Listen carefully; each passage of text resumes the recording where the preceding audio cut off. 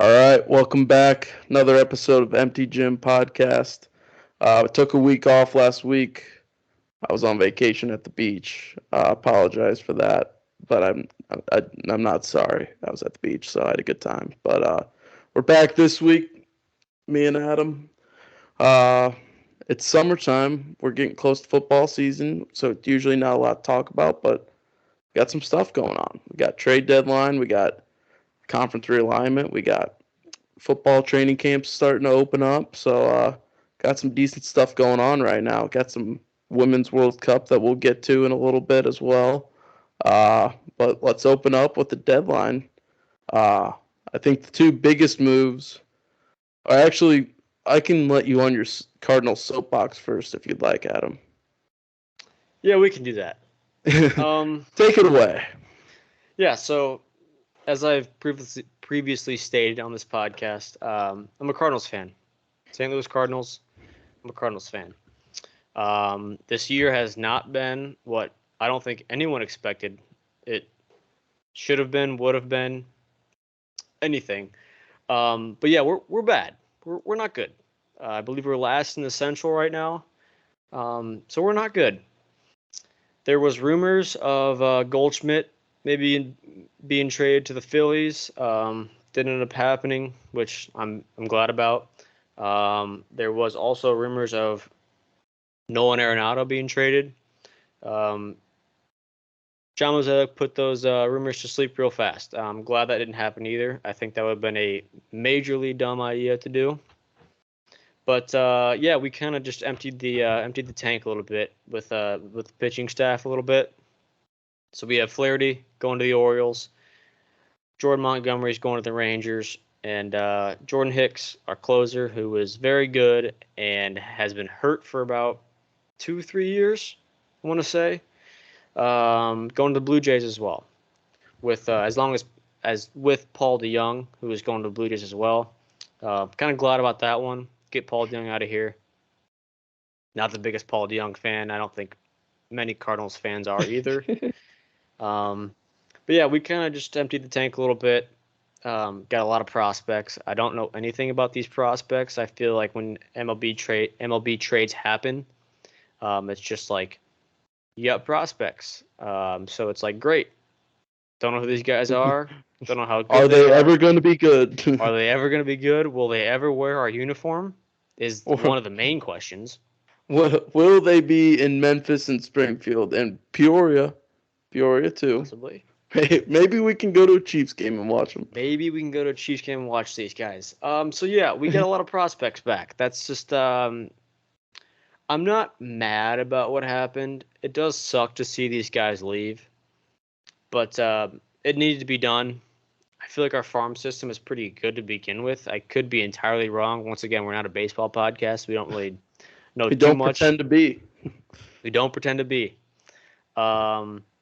But yeah, I'm just gonna go. I'm just gonna go out and say that all these prospects are really good, and that we fleeced all of these teams because I don't have anything else to say, so I'm gonna be positive about it. You feel how I felt 2 years ago, except your pitching and I was batters With Rizzo. fielders. Yeah, I lost Rizzo, Bryant, and Baez in a span of like 3 days, and it made me want to cry. And now Now that you talk about that, I do think it was kind of funny when they all got traded, and almost every Cubs fan I talked to, besides you, was like, "Oh, we're just gonna re-sign them next year." See, I thought so for like a week. I was like, "Oh, no, don't worry, we're gonna re-sign him. Like, we're getting him back. Like, this is gonna work perfect. It's gonna be just like what the Yankees did to us with Chapman in 16. They trade him to us, we give them prospects, and they just get him back. We're gonna do the same exact thing, just to all these guys." And then a week later, I was like, "This isn't happening. Yeah, this is not how I thought it was gonna go." Yeah, so it doesn't work like that all the time. Yeah, so we were major sellers at the deadline. It's just like if I can cut you off for a second, Go ahead. Feel free. it is just such a demoralizing feeling too. There's no trade deadline quite like the MLB trade No. deadline. I feel like I don't know what it is about baseball, but like every I guess I'd say it's one of the hardest sports to win a World Series in, or to win a championship in. That championship being It the World probably is the Series. hardest sport to win a World Series in. uh, college baseball's tough too, but it's more. They say it's the hardest sport to win a championship in, so I get the fact that like it's more emphasized of like teams when they're close and like they need one or two guys they think away from like getting that third or fourth good guy in a rotation or getting that lockdown reliever or getting another bat or something like that. But like I feel like that like I don't get what's up with baseball with like how everyone is just so emphatic about the trade deadline. I love it because it makes it a lot of fun. It Like shakes up the sport. the last couple I feel like I might have just answered my own question in my head, but I feel like baseball might be the easiest sport to be traded in because it's like you Yeah. don't really have like basketball, you got like this whole list of plays. Football, you got this whole list of plays. Hockey, I think hockey does plays in a way. I think I just don't understand them. But my friends who play hockey say All I like know they is have it's Bedard's league. That's all I know. yeah, shout out Bedard. But my friends who play hockey say that there's like plays that they do. Uh I don't know how they work, but like I know how football and basketball plays work. But baseball, I feel like you obviously have your signs and stuff. Like back to MYBA when coach tips the cap, and that's the indicator. That means hit a triple. It always means hit a dinger. Every sign is hit a dinger, but like you got signs and then you got like bunt coverages, and I feel like that's like the only thing. Not to say that it's not hard, but I feel like it's very much more transferable than other sports, maybe. So maybe I might have just answered my own question why it's a lot easier to trade in baseball, which makes the trade deadline more exciting. But last couple of days of July are always fun because I feel like everyone just like freaks out. Like, for example, uh, the Orioles. Uh, Wish they would have freaked out a little bit more because I really like the Orioles and I think would have been fun if they like tried to make a real run at Shohei or something. Like Would have been awesome. Shohei with the Orioles would have been freaking sick. Because I don't want to get on the Shohei topic yet. Yeah, But it would have been cool to see him in an Orioles jersey because you know he's going to go somewhere like Dodgers, Yankees, Mets. yeah, he's going to He's a going to big go market. one of those teams, and it would be cool to see him in an Orioles jersey or like a Seattle Mariners jersey or a Yeah. St. Louis Cardinals jersey. Probably won't happen, but it would be cool. One thing I do want to say real quick before we move to other MLB deadline moves. As far as what you said at the beginning, with how demoralizing it is for, especially like your team, if Yeah. you're trading like away your big guys, and it's just like you got a bunch of guys who you have no clue, no absolute clue who Unless you're a these guys are. baseball hardo and like know the prospects, Yes, but it's most like this I'd say guy's most ranked don't. number 52 out of 100. Awesome, probably for his position. Like It's like realistically, like the top 10 are the only ones that usually like one make the MLB and two make an impact in the yes, MLB. it's like we'll put this in basketball terms. It's like when Kyrie got traded to the Mavericks. It's like if Kyrie were to be traded for a bunch of G League players, Yeah. like how like And I it's feel like baseball, I get it, that but too also with that is like baseball having the farm system too. Like yes, there's no other sport with a farm system quite like baseball. no, but it's just like who are these guys?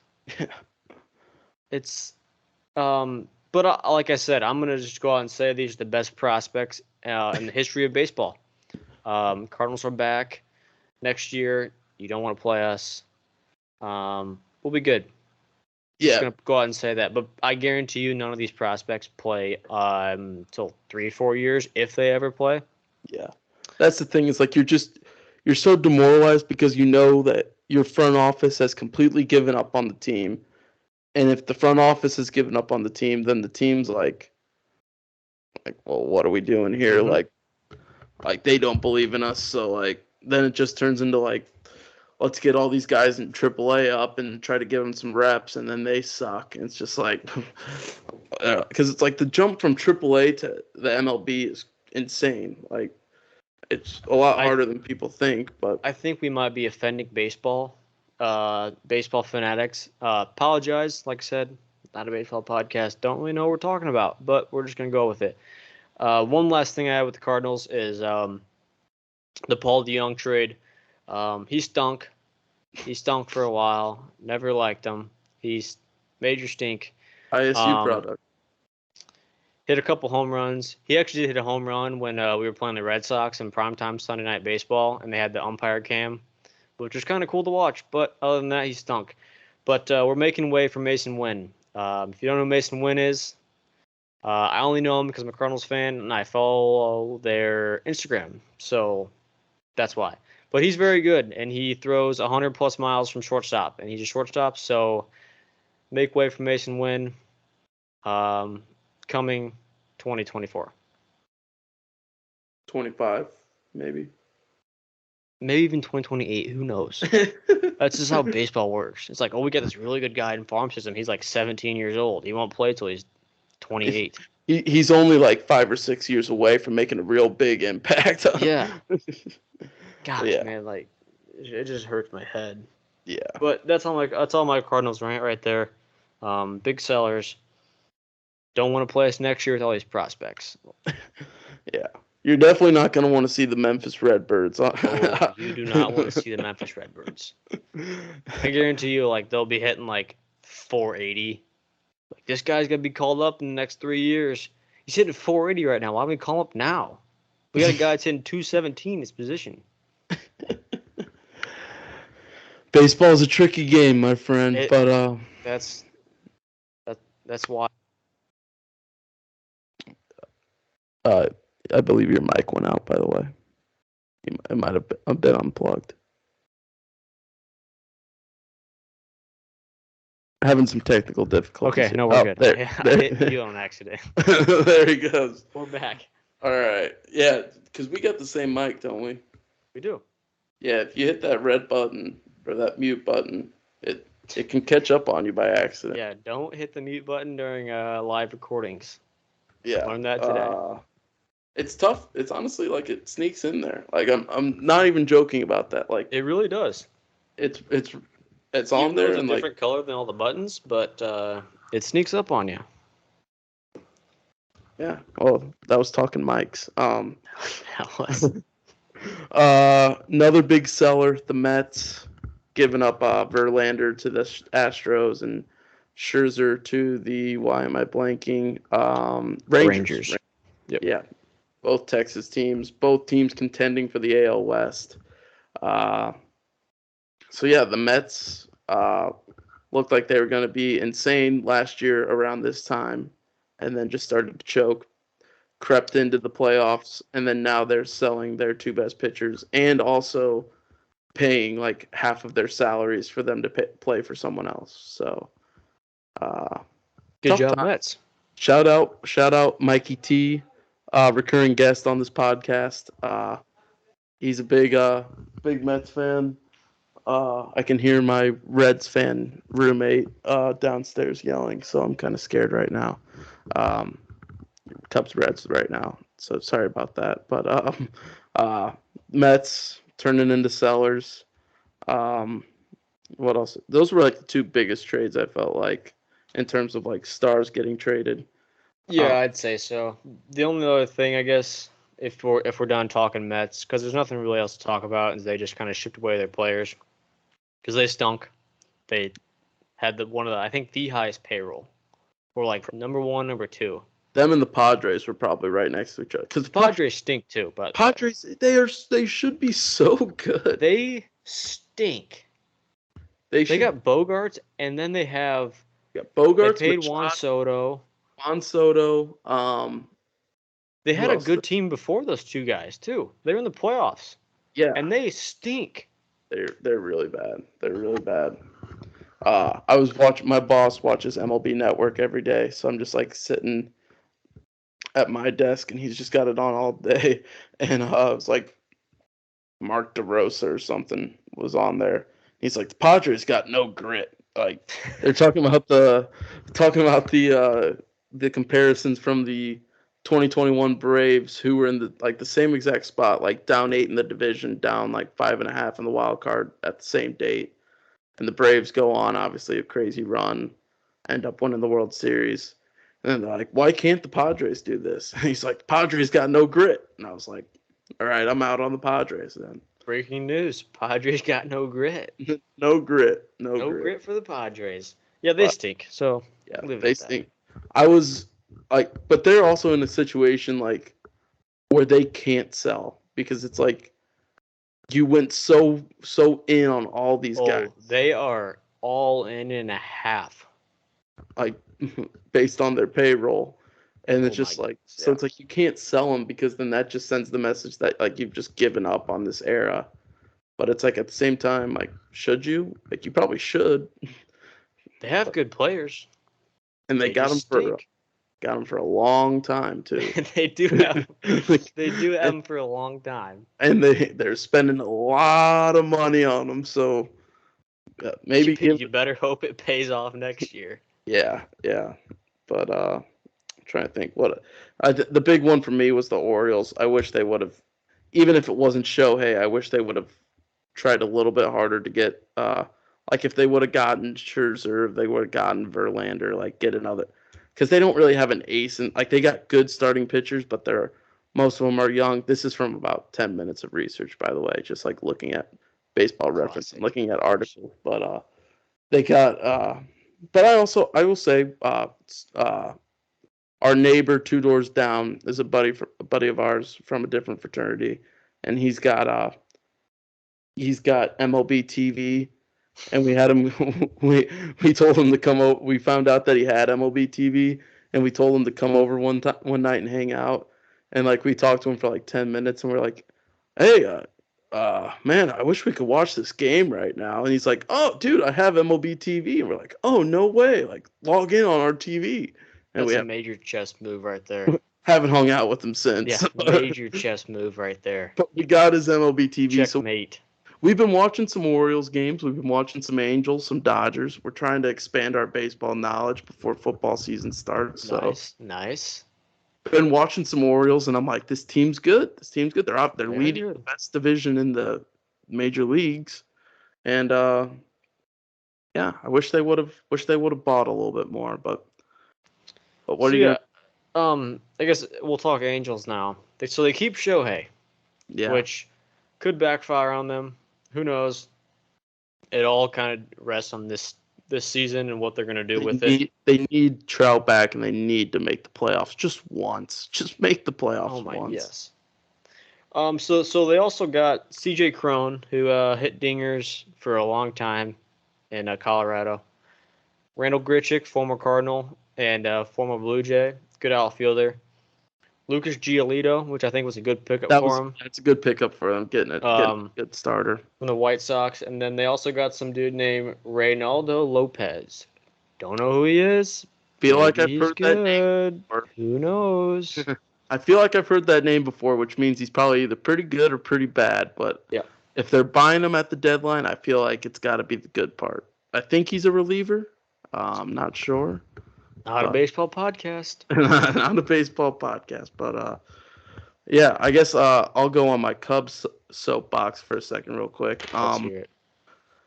So we went 8-2 in a 10-game stretch against the uh, worst team in the AL Central, or close to, or second worst, ahead of the Royals, I believe. Chicago White Sox, who are terrible. And then also the last place team in the NL Central, the Cardinals. And I talked myself into let's buy. Not really looking at the records of the teams that we just beat, just closing out that part from my thought process and only looking at we just went 8-2, we can win the World Series. So I was all in on let's get Shohei. That didn't happen. Um, I'm not completely upset with our moves.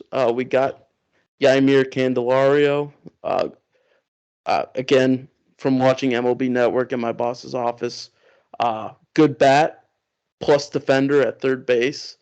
Um, so that's a solid pickup. Now we don't have to Nice. have Nick Madrigal playing third and having to take 4 crow hops for every ground ball to get it to first. Uh, uh, and then we got some reliever from the Royals that apparently is pretty solid. So my thing with the Cubs was, right, so you're in this terrible division. And in no way, shape, or form right now with the record that you have, should you be this close to being in contention for not only a wild card spot. Maybe you probably could be in contention for a wild card spot at this spot, but you should not be in any contention for a division title at this point. But you Nope. are. You're right now, as it stands, we're 4 games out. Uh, Depending on how this game goes, could be 3, could be 5 again. But 4 games out of the division. I think at the time of the deadline we were 3.5. So I'm like, if we're gonna buy, let's buy. Like let's get someone. Let's get a like rock You solid. can't buy halfway. You can't. You gotta go all in or all out. And just like I don't know. We gave up some prospects. Not gonna pretend like I know who they are, but Back to the prospects talk. Who knows if these guys are going to be good or not? well, Dansby Swanson just hit a home run, so that's pretty cool. Shout out Dansby. Onto Waveland Avenue, actually. Wow. All right, 5-3 Reds. That was my attempt at play-by-play. But yeah, Cubs. I wanted them to go all in, or if they would have sold and given up Bellinger or Stroman or something or both, um, I would have been upset in the moment, and then I think a week would have passed, and I would have been like, all right, this is probably a good idea.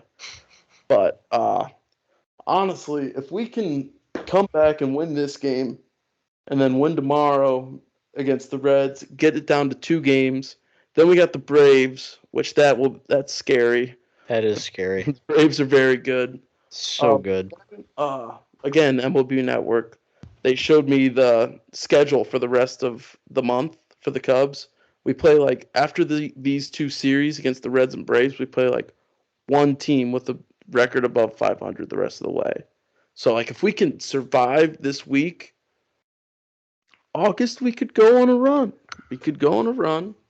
The Cubs could get hot. Who knows? It's baseball. You don't know. With my luck, we'll go like 6-1 in this stretch, and then go like 5-15 the rest of the month against terrible teams. But I don't know. I don't know. I guess. Do we have any other baseball notes? Got anything? I got one fun fact for you that kind of sounds stupid, but it is a fact. This entire trade deadline, 4 out of the 100 prospects, top 100 prospects, were traded at the deadline. I want to ask you this: do you think that's a lot or a little? I think that's a little. I feel like you're never going to give up. Top 10 prospects almost always are never going to get given up unless like a team's like. So this is top 100 though. Yeah. A lot or a little? Do you think a little? I think a little. I think I guess just a little bit little. I would guess more like around 10. That's actually a lot. Weird stat for you. Oh, did you research this? I did research it. You would think 4 out of the top 100 prospects would be traded like that's like a little number for a deadline. I would think so. But once again, not a baseball podcast. But that's a lot. I did some research on it. A lot of insiders were saying how crazy it was that this many prospects were being traded within the top 100. So yeah, All 4 of them. all 4 of those guys are traded, man. Usually farm only systems one or are two. shaking up. Oh, I did see a tweet today too. The Cubs have the Oh, third and you mean an best. X? I saw an X today. Uh that we'll save that for shout outs or disavows. Um but yeah, that I did not know that. That's interesting, but Yeah, kind of wild, but it's baseball. Once again, I don't understand it too much, especially the farm system in the general. Like, farm I system don't get it. messes me up. Yeah. It just hurts my head. Well, that baseball discussion went about 15 minutes longer than I thought it was going to. So, I thought it'd be like 5 minutes. yeah. All right. Conference realignment. Let's do it. All right. So, the only official move in the last week or two, I can't remember when exactly this happened, but only official move so far, Colorado returning to the Big 12 after what's it been? Probably like 10, 15, something like that years in the Pac 12. Colorado returning to the Big 12. Um, I feel like Colorado going back to the Big 12 isn't the main part of the story. The main part of the story is that Colorado going back to the Big 12 is now starting to get like another segment of dominoes falling in the conference realignment phase. First, kind of the first big one of this like new iteration of conference realignment, with the last one being like I feel like in the early 2010s when Mizzou and A&M went to the SEC, Nebraska goes to the Big Ten, Rutgers, Maryland come to the Big Ten. Uh, People go to the Pac-12, like Utah went to the Pac-12, Colorado went to the Pac-12. Now we're getting kind of another wave of conference realignment that feels like it happens like every 10 or 15 years. Looking back at it, yeah, so first dominoes back in I think it was 2020, maybe 2021. Texas and Oklahoma go to the SEC the next summer. Big or USC and UCLA say they're going to the Big Ten. Then you get was it Houston, BYU, Cincinnati, UCF go to the Big 12. Bunch of lower level conferences make are shaking up a ton. And now you have Colorado going to the Big 12, which now puts next year the Pac 12 will be the Pac 9. And now it's kind of just like all these teams, like especially the Pac 12, it's like what is going to happen with these teams because now it's like are Arizona and Arizona State, maybe Utah going to go to the Pac 12, get the or the Big 12, get that back to an even number. Because next year it will be 13 teams if it stays how it is right now, which is hilarious actually because it's like the Big 12 in a span of 3 years will go from 10 teams to 14 teams this year to next year was going to be 12. Now in the last week it's at 13.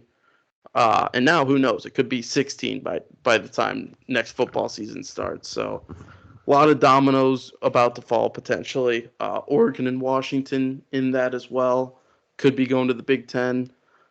So basically, moral of the story: the Conference of Champions, as dubbed by Bill Walton.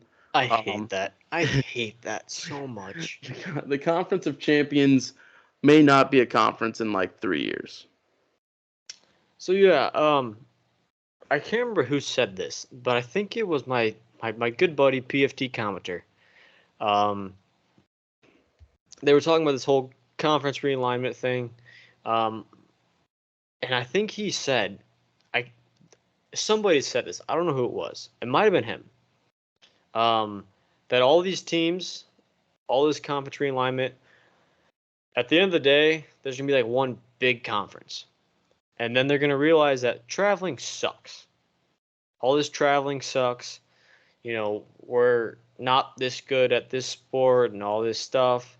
So they're gonna have one big conference, and then they're gonna be like, um, let's just go from our other conference with these guys that are closer to us.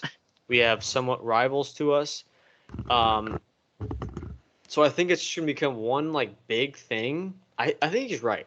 and then just explode after and that. then just explode back Back to kind how of it what we was have now. But I do think it all rests on like TV rights. I think that's like one of the biggest parts of it. It's like the TV I rights. think it's by far the biggest. I guess while we're talking about that, the Pac-12 leaders, more research by yours truly, was presented with a deal with Apple streaming for their rights. Will be primarily subscription based, and will start in 2024, 2025. That's all I have on that. But the schools actually will average increase of $31.7 million. So I think as the NIL time in college sports comes, as it grows, you'll start to see these TV rights grow even more. And I feel like $31.7 million as an increase is ridiculous. Yeah. This is my mic too close, by the way. You're good. This by the way, disclaimer, this is our second podcast with these mics, I think. So we're still trying to kind of figure out. I hit the mute button, so we're still kind of trying to figure out how these work, but this might be the dumbest TV deal. I know it's like what they had to do because, like, I mean, their other option I think was like the CW. that But it's stinks. like I'm not. I want to, like, I really want to, and I probably will end up still doing it anyways. But like, I really don't want to buy a $20 subscription a month to watch Oregon State. And it's like, I know the second that like Washington State has a good shooting guard, I'm gonna be like, all right, they got Stanford tonight, and Stanford's got this one power forward that's pretty good, and I think I'm gonna have to, like, I won't get it for football season because, well, I take that back. Then Utah's gonna have a good quarterback, and I'm gonna be like, all right, I need to get this watch this game tonight. But it's like, to have it be like you're a Power 5 conference, and this is why I think that they're not gonna be anymore, because it's like you're a Power 5 conference, and you're making people do another subscription to be able to watch your games. It's like, one, you lost all your good teams. Like, USC's Who's gonna gone. buy that? Other than like the fans of those teams. I will. Like, I know I will, but I've already accepted. I've already put it in my budget that I haven't. If Bill Walton's calling any of those college basketball games, I will not watch them. Yeah, what happens to Bill Walton? That's coming up next on the Empty Gym podcast. Yeah. But it's just like you don't have a product to give anymore, because like, you lost USC, you lost UCLA, you lost Colorado. Not that big of a deal. Like, if you only end up losing Colorado, which I think that no chance that that's the only move that's made the rest of this summer. Like, if you only lose Colorado, you have a chance, because like Colorado on its own doesn't really move the needle that much. They might, now that they're back in the Big 12 and you can start getting back into recruiting Texas, which is what made them so good. Same with Nebraska back in the day, because you can guarantee these kids' parents, like, hey, couple games a year, we're going to be down in Texas and you can come watch your kid play, without having to make a whole ordeal out of traveling all the way up to Colorado or traveling all the way to Oregon State to watch them play. Like, they're going to come to Texas a couple times, which is why Nebraska hasn't been good in 15 years, because they stopped being able to recruit Texas as well. For football, at least. Basketball, Nebraska's just always going to be bad at basketball. It's a fact. Except for that one guy. What's that? I'm going to go on a tangent real quick about that one guy from Takayama. Yes. Number 50? 50 or 00? He's a double-digit number guy. I don't know what it is. But yeah, he balls. Yeah, I can't remember his name, and I'm gonna remember it the second we stop recording, but he might make Nebraska good at basketball. Besides the point. It's just like, what does the Pac-12 have to offer now? Like, Arizona's good at basketball. You got that going for you. But they're gone. They're going to the Big 12. Like, I think that's a fair assessment to say, like, if I had to, maybe not 2024, but if I had to guess, like, if you made me gun to my head, what conference is Arizona going to be in at when the New Year's ball drops on in 2020 or 2030? Like, I'm gonna say Big 12. Like, and who knows? Maybe by then they're in the SEC. Just cause, but it's just like, what product are you giving anymore that people are gonna pay? You pay for your cable. You pay to watch Big Ten. You pay to watch the SEC. You pay to watch the Big 12, all with your one cable subscription or your one YouTube TV or your one Direct TV or whatever. And then you're also gonna make me pay $20 to watch Oregon State play Stanford in Palo Alto when they have one kid that might sniff Euro leagues, and for football have two kids that might sniff an NFL training camp and then get cut on Hard Knocks. Well, it's like what product is being offered anymore, and that's why everyone's gonna leave. I think you're entirely right. As far as like when you say like Power Five conferences in mainly football or basketball, the Pac-12 it's in there, I guess. But is it really? Hasn't been for a while. It has like UCLA and USC. Not anymore. You know, Colorado has become this like booming, especially football, with Deion Sanders coming there to coach. They're gone. To your point, what product do they have to offer? And like the thing is that they got like Utah, awesome football team, like 2 Rose Bowls in a row, uh, but Utah doesn't move the national needle. Like like Utah can go 12-0, and I still guarantee you, people from the Southeast are gonna be like, we would kill them by 50. And I think they would beat them by at least 30 points. And I think like, they would. Yeah. They would. That's just like it's just such a like. I wish this whole conference realignment thing would have never happened. I hate it. I hate it. Because once one domino falls, another one falls, and then another one. And it's just like I liked it the way we had it because you had those rivalries. It was like the close proximity, you know, there's a little bit of history to it. Like these guys don't like us, we don't like them, that kind of thing. And now I feel like it's becoming I mean it is all money. That's what it is. It's money. Yeah, the riveting rivalry of UCLA and Rutgers is going to be on display next year. Oh, it's wow! I can't wait to watch that game. There's just like I don't know. I liked and this is why. Sorry to go off on a tangent here, but I mean, as especially an ACC basketball fan, I was going to bring up this point in a second too. Okay, I'll let you go. Go ahead. No, you're the ACC guy. Okay. I want to hear your thought first, and then I got a question to ask you. Okay. As a Duke basketball fanatic, ACC basketball fan, I'd love to see that nothing has happened there. But I do feel like that when you think of like Power 5 conferences, ACC is 3 or 4 if you think about it. Pac-12 being 5. I think they're down to 4 now after the Big 12. Yes. It's for football definitely. For basketball, you got the brands in North Carolina and Duke. You do have the brands in North Carolina, Duke, and then even Virginia. We'll put that in there. I hate them, but we'll put it in there.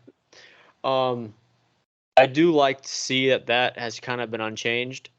I'm worried that something might happen, but as ACC goes for football, there's not a lot to go off of other than like Clemson, maybe Miami, but they haven't been State occasionally. Like those teams haven't been like, you know, national title contenders in a couple years. But I'm like thinking strictly off of basketball. I do like being an ACC fan that it has not been messed around with, but I have a feeling that at some point it will, because I have heard some stuff back to the point of TV rights, that it might be a whole new thing to where, people might not want to pay for this, which I would agree with. Like, you're already buying whatever cable service you have, back to your point, and then you're gonna make me pay $20+ a month to watch this team, my team play, or if like another team in the conference is playing that you're up close with in the rankings, like I want to watch this team play. It's just become a whole thing where it hurts my head, hurts my heart. I don't like the conference realignment. Should go out and say it. Mark Titus has a great quote of, "I want to go back to the simple times when the Big Ten had 11 teams." And What's your question though on the ACC though? my question is, how do you feel that, again, going back to the ball dropping on December 31st, 2029, and we head into 2030?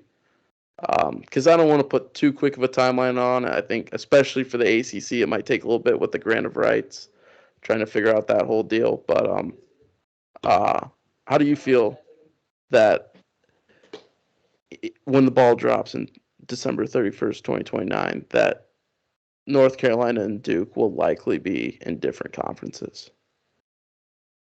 I will hate that. As much as I don't like North Carolina, You got to play them. you have to play them. That rivalry, there's probably bias here, but I think that rivalry is the best rivalry in college sports. It produces year after year, whether the teams are not number one, number two like they have been in the past, or I guess not in the past couple of years, but Before that, like 6-8 years when ago. we were growing up, it was It was minimum number one top versus number two. 25 matchup, Yeah, and usually always. like top 15 at least, top 10, even top 5. Yeah, that I don't want it to happen. There's just something about watching that Duke UNC game as a fan of one college basketball, but being a Duke fan that is just second to none. And I hope one day that I get to go to a game between those two teams, but I don't have the budget currently for that.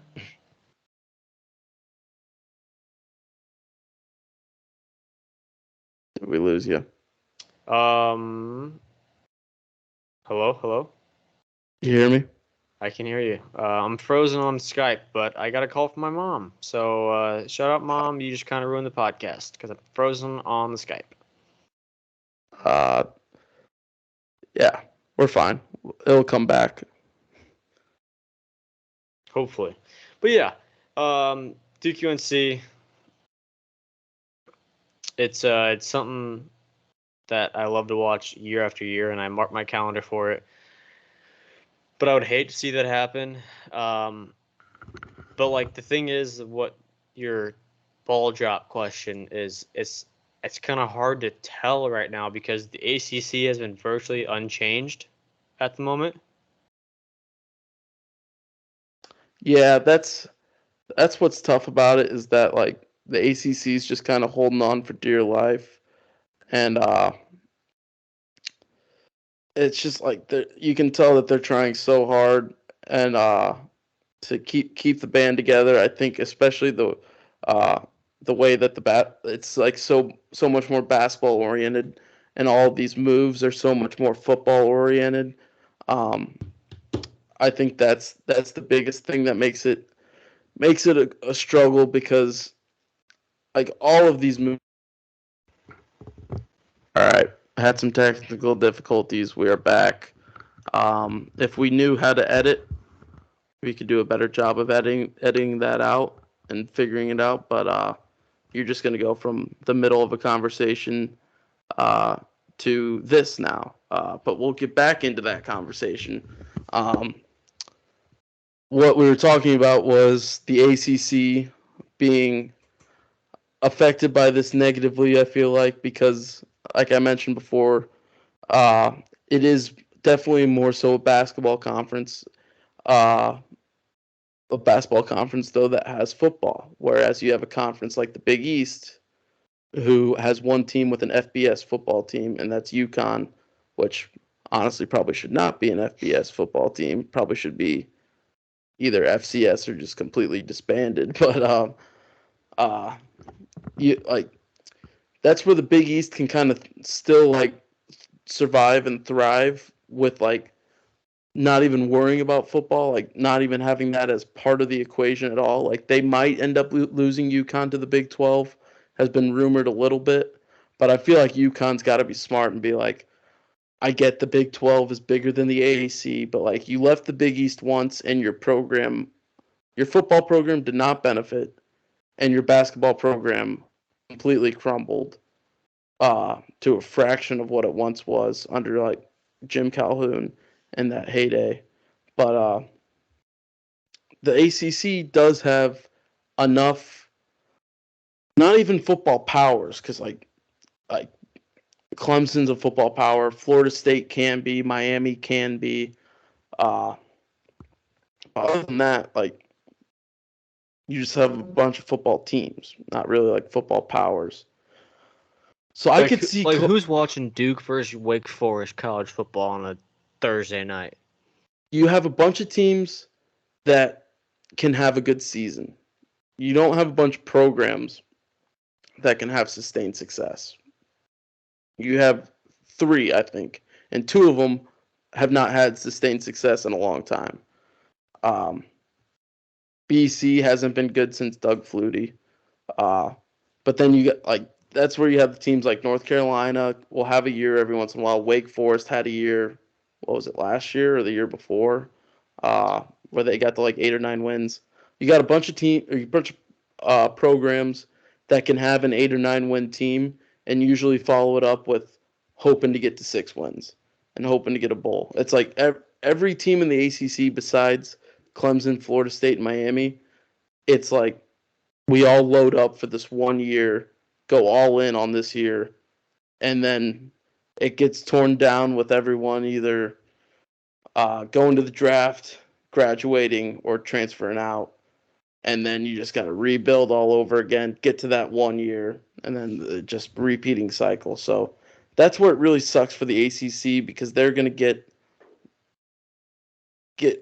like disbanded eventually. Like it probably will happen because Clemson and Florida State going to go to the SEC. Miami and North Carolina, maybe North Carolina and Virginia, probably to the Big Ten eventually. But it's just like it sucks to see these basketball conferences, and especially for us too, being basketball guys.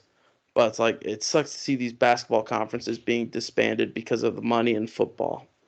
I was just about to say that. Yeah, it does suck to see all of this happening because of like football. Which that is where all the money is. Yeah, exactly. I get There's it. a lot of money in college basketball, but there's even more money in college football. It's a lot more money too, which like it's just what America is. Football's king here. It's why the NFL can do just about whatever they want. Whatever they want. Because they are a multi-billion-dollar business. And college football is probably a billion-dollar business, maybe even multi-billion. But. Speaking of NFL, do you want to kick it off with some football NFL training camp news? Trying to think if I have anything more on. Unless you have anything else to say, but you brought up the NFL and it changed my mind. My last comment is kick Maryland and Rutgers out, kick Penn State out, kick Nebraska out, get me back to 10 teams, kick USC and UCLA out. Actually, no, I take that back. Go to one conference in the next 5 years and then blow it up. Actually, a lot of takes here. a lot of takes here. I'm trying to think of what I want to say to Jack Jr. Do I want Jack Jr.'s life, his childhood, to be the same as mine, or do I want to be able to tell the stories of the good old days? It's a great question. So it's like, do I want to be like, all right, we're back to what I was growing up with, or do I want to be like, hey, Jack Jr., remember? Let me tell you about a tale when the Big Ten had 11 teams, and now they have 28. Yep. Now it's actually one big conference. It's just called college football. Did you know that at one point the Big Ten actually did have 10 teams instead of like what? It would be like, Dad, why is the Big Ten? Why is the conference called the Big Ten when it has 30 teams? Where's the 10 to come from? Like, let me tell you something. Let me Didn't tell you used to be back when this the Pac-12 was a thing. way. Did you know there was the ACC and the Pac-12 too, and not just college football East and college football West? I guess this is on my mind right now. Now we're talking about it. Before we get to NFL, do you think that there's a possibility of because there's no doubt that college football and college basketball are the two biggest college sports. Um, for teams like, I guess, I mean, being a Duke fan, you have Duke basketball, who is a powerhouse, name brand, been it for a while. Then Duke football is they made a bowl game last year, but it's not Duke basketball. It's nowhere close. Do you think we could see conferences being made for like, okay, Duke basketball is going to go here, and Duke football is going to go here, and then it's like kind of split up in the middle? Do you see that being a possibility? I'm not going to say it's not a possibility because with this, I think actually anything is possible with this because Yeah. I think it's going in such a whirlwind. Um, and honestly, I wouldn't completely hate it. Like I would hate it, but I would be okay with it as long because I think football's just going to do what they want to do. I think we're going to get to a point where right now we have FBS and FCS. I think at some point the Power Five is going to break away from the Group of Five. And if that happens, I'm okay with it. And then we decide, like, hey, we got the Power Five and however many Group of Five teams we add or whatever. So you end up with 60, 70 teams or something in college football, FBS two or what, like whatever they decide to title that.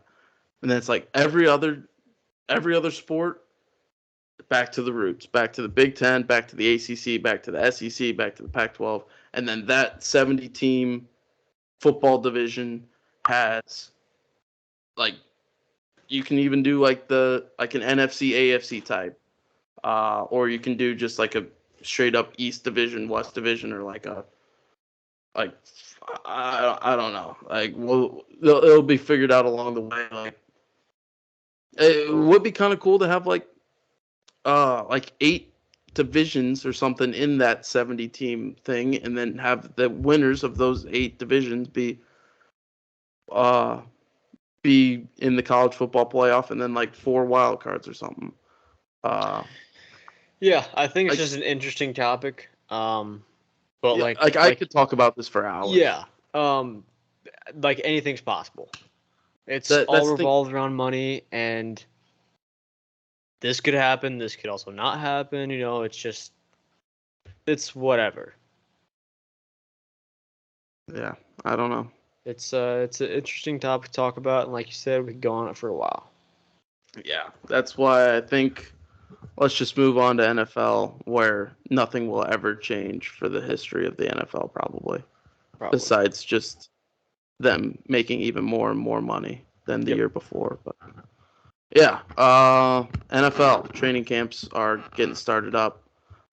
Chicago Bears are, I'm more confident than ever, are going to win the NFC North. I've seen I see like 3 to 4 Justin Fields clips a day, and I'm surprised I haven't dropped the future on him to win MVP. But I also already have a Bears NFC Division Championship future, a Justin Fields over 18.5 passing touchdowns future, and a Justin Fields over 6.5 rushing touchdowns future. So I feel like I don't want to put too much pressure on Justin, but So I do want to talk about that real quick. Um, Now that you say Justin Fields MVP, which I'm on the bandwagon, 100%. I'm there. Jalen Hurts type year is what people are saying. That's what people are saying. Um, Not us, but people. I think it was from PointsBet. Could be wrong, but they said that Justin Fields has more MVP votes than Patrick Mahomes, Josh Allen, and Justin Herbert combined. Um, there's two sides of the story. As a Bears fan, I love it. I absolutely love it. He's QB1. I do think he can win MVP. As a gambler, um, gamblers like to look for value. He's got a lot of value. Justin Fields has a lot of value. Um, you could bet Patrick Mahomes win MVP at like what? Probably like plus 750. All right, cool. You want the plus like 1,800 to 2,500 range. That's what you're looking for. And you see Justin Fields' name pop up, you throw that in. You're like, why not? Why can't this kid have a year? So yeah, you're looking for value there. As a gambler and a Bears fan, I love it. I absolutely love it. Yeah. I'm all in. The defense, I'm scared of a little bit, but I think this could turn out to be one of the complete opposite of Bears teams that we're used to, which we kind of saw last year too, towards the end of the year a little bit. But When we scored a lot of points and still lost by 20. yeah, I think we're gonna see the opposite of what we grew up with, which is um, the Bears playing like the epitome of Big Ten football, which is like it's snowing, it's cold, or it's rainy and it's cold, and it's 25-mile-an-hour winds with like 45-mile-an-hour gusts, and it's going to be like 17-14, and whoever can grind it out wins. And now this year, I think it's going to be like games in the 30s and 40s and stuff. And I think we got enough offense to to come on top in some games, hopefully. But I think we do yeah, too. I'm excited. This is probably the most excited I've been for a Bears season. I think I'm more excited for this year than I was for going into 2018. I know, like when we got Khalil Mack, like right before camp started, or like even it might have even been during camp. I can't remember exactly when it was. Or no, it was like right before week one, wasn't it?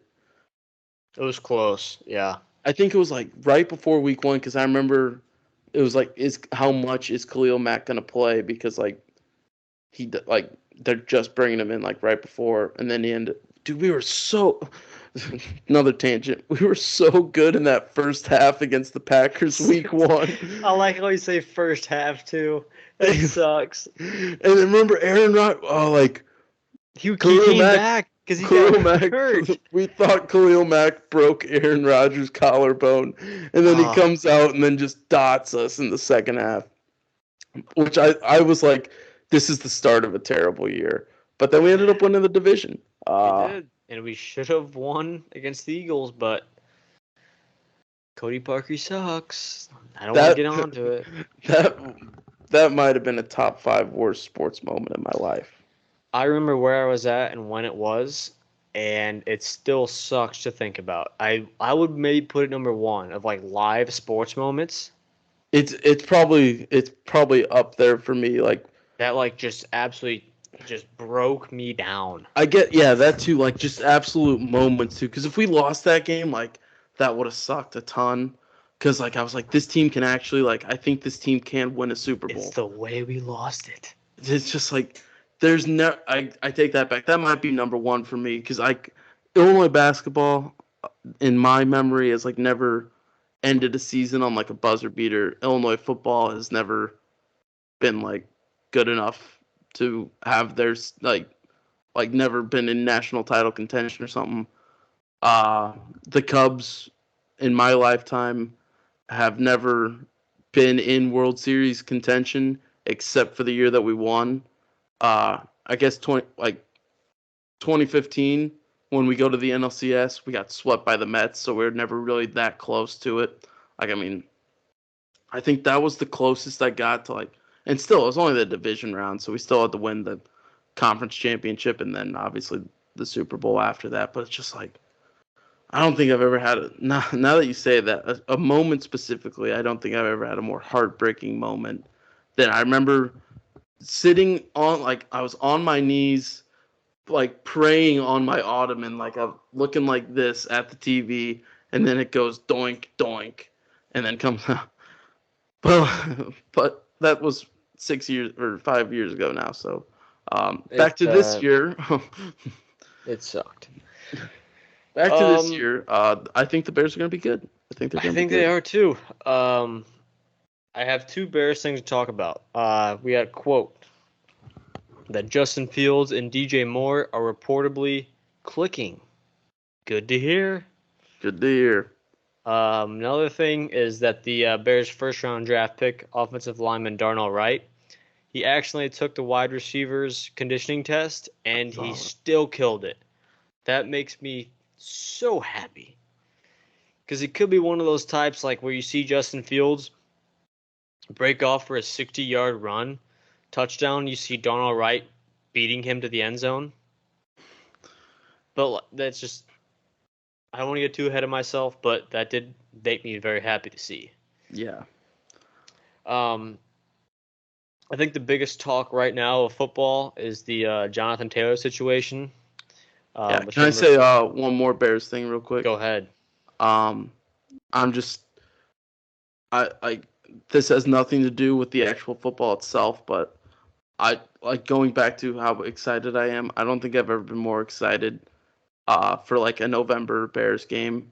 And Mom, if you're listening, I want you to teach me how to make Italian beefs, because I'm so excited to wake up on a Sunday morning and like have a meaningful Bears game. And I got all the boys coming over, and I'm cooking up beefs in the crock pot, and we're just like got the giardiniera, those toasted Italian hoagies, got the little rolls, got the peppers in there, the pepperoncinis. But yeah, yeah, I'm excited for Italian beefs and Chicago Bears football. But Jonathan Taylor. Yeah. So he requested a trade, and Jim Irsay. Jim Irsay, as one of the notable owners of football, just said no. He said just straight up no. He invited him into his RV, and I don't know what the quote was, but like essentially it was "run the damn ball." I believe the quote was, "When you die, no one's going to remember you." Yeah, something it was like basically the NFL as a whole will just move on from you, which is he's not wrong. Because that's how the NFL works. There's like three players that are bigger than the league itself, and it's like Mahomes, Burrow's probably getting close to there.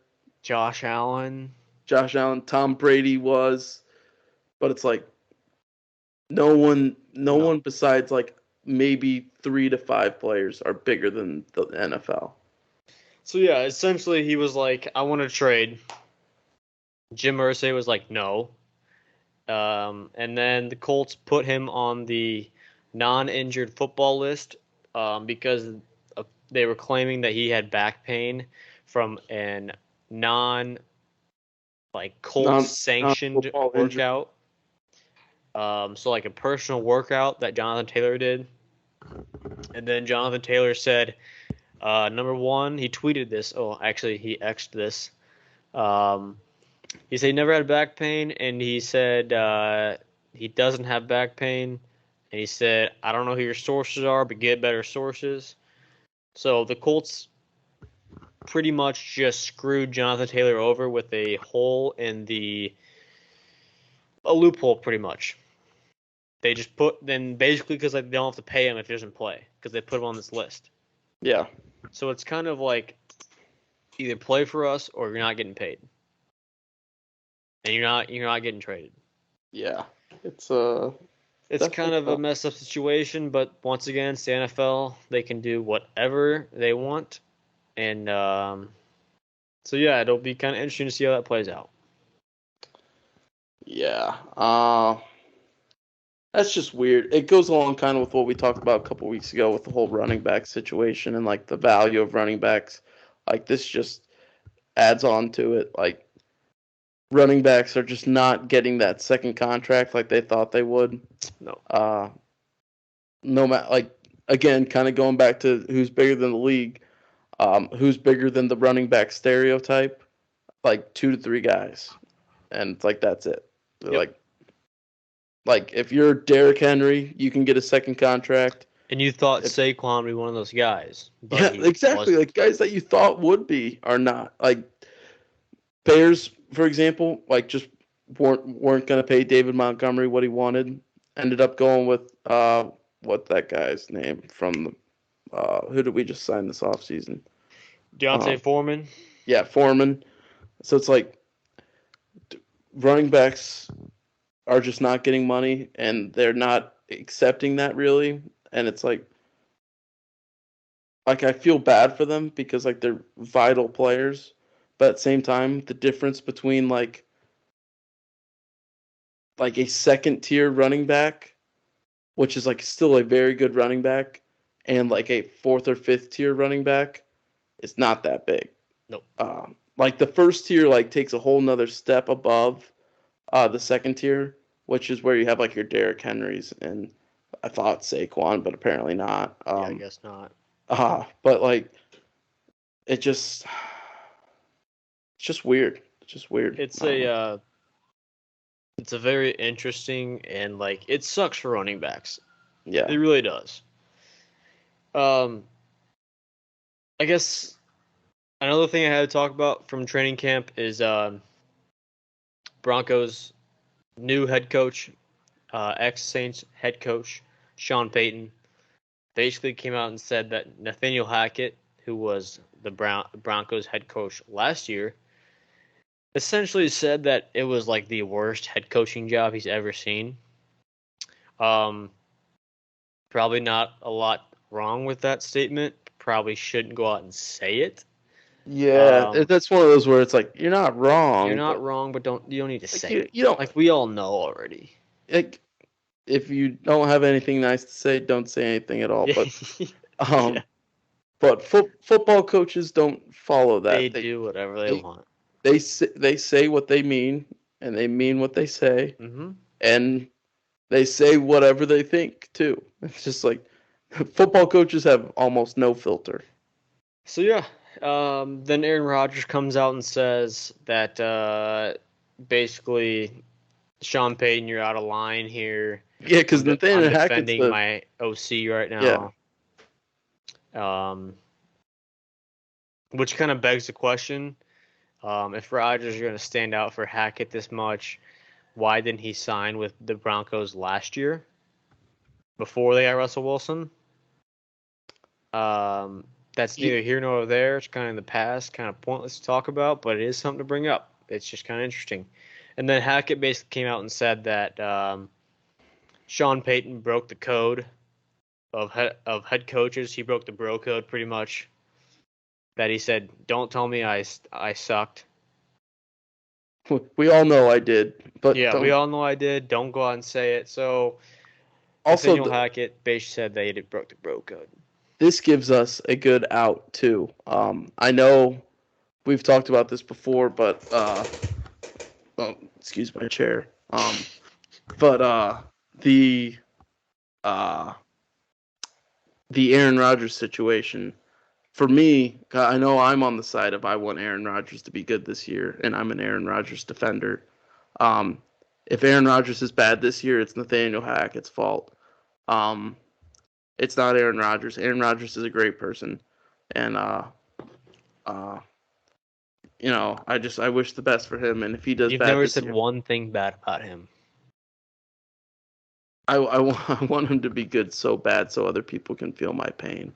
Hey, but he is a good guy though. Schadenfreude or whatever. He took a pay cut. Took a pay cut. He's getting paid like $1 million and some change this year instead of like the 35 or something like he was supposed to get paid. Isn't he getting paid like 100 next year though? Yeah, people don't realize that. Like, Aaron Rodgers pay cut. He's getting paid like $100 million next year. Now I do think that he'll like renegotiate that. Yeah, It'll get brought down.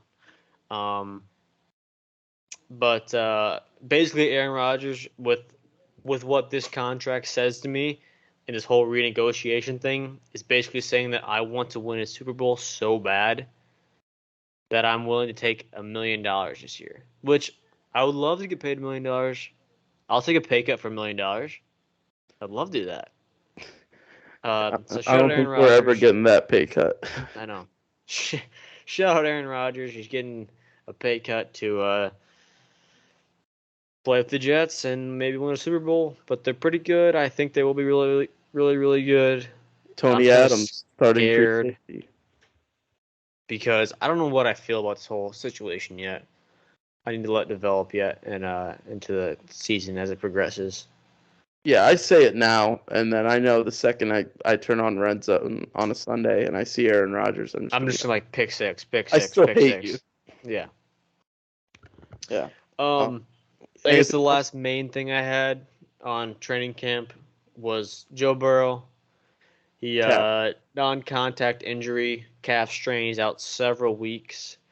Several could mean a lot, could mean a few, could mean several. Several. It's several. So Interpret that as you will. it's better than the Achilles that most people were quick to the point with, because they were saying the way he went down, oh, it's an Achilles, he's out for the season, Achilles. But I'm glad that Joe Burrow is going to only be out several weeks instead of the whole season, if we're going to look at it that way. I like Joe Burrow, good guy. I'm going to hopefully draft him for my fantasy team. But so Joe Burrow, not good. Yeah, not good. Bengals backup. Do we know?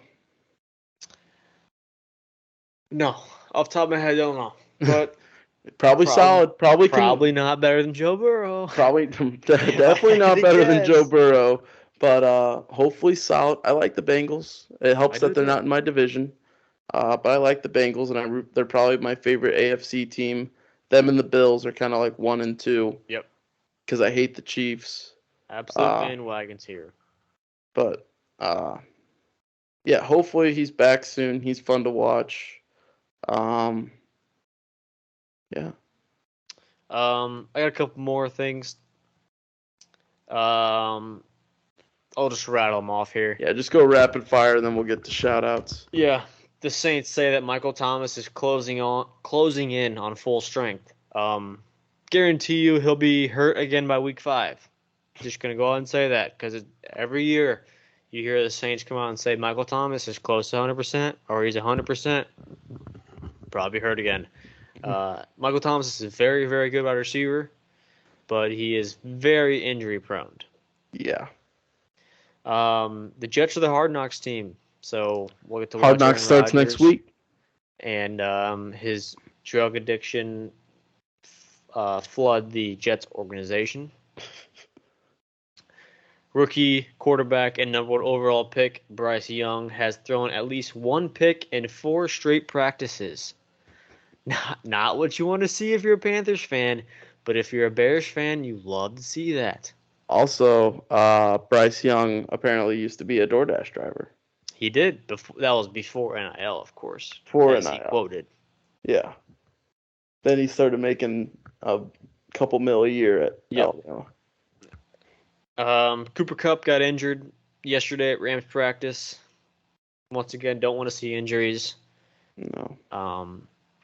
Rams down bad because they don't have any picks, and they just paid a lot of people a lot of money who were kind of older guys.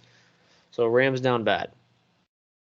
Last thing I have is I saw a video 2 days ago of Jordan Love throwing an interception at a Packers camp, and it made me happy. Yeah, I love seeing, and I know that there's definitely some good Jordan Love clips out there, and there's definitely some bad. I've never seen them though. And there's bad Justin Fields clips, but shout out my my X feed. I'm only seeing the good Justin Fields clips, and I'm only seeing the bad Jordan Love clips. Yep. Yeah. Anything else on that, or should we get to shout outs? That's all I had. Football's almost back, though. Almost back. Tomorrow night, Jets Browns. I will be throwing a wager on that. Just it's preseason for all of us. Yep. So get my Thursday night football in. Hopefully the shout out. Actually, let's lead this into shout outs. Shout out Mineshaft. I'm going to Mineshaft tomorrow night. Local Broad Ripple bar. Love going there on Thursdays, and they bought Amazon Prime last year and put the Thursday night football games up on the TV. They have like 6 TVs in there, and half of them are like playing the music video from the from the song, and the other half are just like ESPNU. But they bought Amazon Prime last year to put on in the bar, and hopefully they do it again this year, and hopefully it starts out tomorrow night with the Hall of Fame game. So shout out Jeff Bezos. Shout out Bezos. Shout out Mineshaft. Another shout out of mine. Shout out Carly Lloyd. I woke up to the USA women's team yesterday morning. It was at 3 a.m. my time. I thought about it for about 10 seconds about waking up at 3 a.m. to watch the game. And then I realized I don't really care that much until the knockout round. I was like, we can beat Portugal. And I wake up. We didn't. I wake up. The first thing on my feed fuck out of them. is Carly Lloyd just ripping into all these players. They're like doing TikTok dances and hanging out with the fans and laughing and joking. And Carly Lloyd is like, you guys just tied Portugal 0-0 and probably should have lost. And said that the woman of the match was the post that the Portugal player hit. Which also, shout out my X feed. I didn't even see the clip of us almost giving up a goal. I just saw that Carly Lloyd yelled at all of our players. So hopefully that gets the gals fired up going into knockout stage, and we can get another World Cup, because women's soccer is one of the few things that we completely dominate anymore. I feel like it's basketball, we're kind of losing the domination. Football will always dominate. Men's soccer, we're back. But we are back. World Cup 2026, I feel good about. Olympics 2024, feel good about that too. But yeah, Carly Lloyd, shout out. I do have one thing to say about that. The United States women's soccer team. I'm pulling up a quote right now from Carly Lloyd. This was after the U.S.'s 0-0 draw against Portugal, and she, quote, said, "You're lucky to not be going home right now." A lot of nerves to say after you are probably the favorite. Can't confirm that. Don't fact check me on that, but you're probably the best team in the nation. Or, sorry, the world. You just tied Portugal, and you're going to say you guys are lucky not to be going home? Like, always took it easy on you guys? No. I think you misconstrued the comment. Carly Lloyd no longer plays for Team USA. Carly Lloyd was talking to Team USA saying... Gosh, that makes me feel so stupid, but yeah, you're right. Carly Lloyd no longer plays for Team USA. Carly Lloyd was saying to Team USA... Okay, yeah, good for Carly Lloyd then. Shout out Carly Lloyd. This. Wow, this is almost like a Vegas Gold Knights Edmonton Oilers clip here. That was another bad beats of the year. We can do that in our end of year. Hand up. This is why you don't trust social media, because I saw it on Twitter. Oh, sorry, X. And yeah, I'll leave it at that. Shout out Carly Lloyd for ripping the women's team. Good and telling them that they should be going home right now. Yeah, figure it out. Get us a World Cup. Do you have any shout outs? I got one shout out. Shout out to Jason Tatum for throwing the first pitch out at the Cardinals game a couple days ago. So it's good to see the St. Louis native back in St. Louis, and it makes me feel happy as a Cardinals fan knowing how much we suck this year, that we have one of the best basketball players in the world throwing out our first pitch. So made me kind of happy. Get the vibes back. Yep, need the vibes back. I have one more shout out, and then we can wrap it up. Shout out Jack from Twitter. Real ones know that have been around for a while. When Jack used to own Twitter, Twitter was a happy place. Probably not a happy place actually, but a much more functioning well place. And now Elon Musk owns Twitter, and it's not Twitter anymore. It's X. And I actually went through, like, I'm known well around here as one of the laziest people of all time, and I even still went like 15 minutes to like buy an app, or not buy an app, but like download a free app, and go through like a 5 to 10 minute process of creating a shortcut. So like I have the Twitter icon, and then I still have X, but I just moved X to a place that I can't see, and then I click on the Twitter icon, and then it takes me to X, so that I still feel like I'm clicking on Twitter. I'll DM it to you tonight. And, yeah, give me the link. That's awesome. Yeah, so like you download an app, you create a shortcut. So like you click on, you create a shortcut. You create an icon that links you to X, and then you title the icon. Logo. Yeah, you title the icon Twitter. You add an image, and you make the image the old Twitter bird. And so it looks like when I open my phone, I still click on Twitter, and then it just takes me to X. I miss Twitter. I do. I hate when I scroll down to read tweets, and I have to scroll back up to get my notification bar at the bottom. You know how it says? It says like instead of retweet, repost. It's then. I hate that. I don't repost. I retweet. I retweet. This is like we retweet here at the Empty Gym Podcast. We don't repost. This is like 6 years ago when I went from favoriting a tweet to liking a tweet, and I finally accepted that, because difference between a favorite and a like, not that much. Not that big. Retweet and repost is different. Yeah, just like I repost on Instagram, I retweet on Twitter. Like, I mean, I guess we'll go on the side tangent. Why does social media have to change too much? When it is so perfect, it's just perfect. You didn't have to do anything. I hate social media, and I love it at the same time.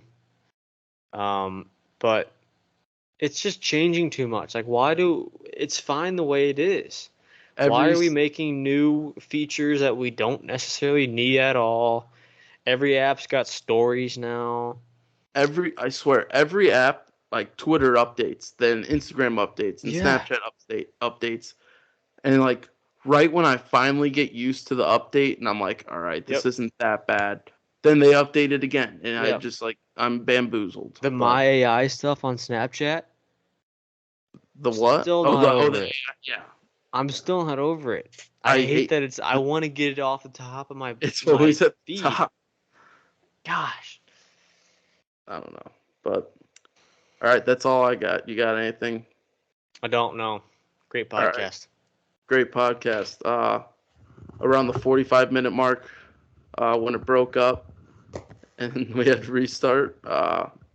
Sorry about that. We're not going to claim to be a high production.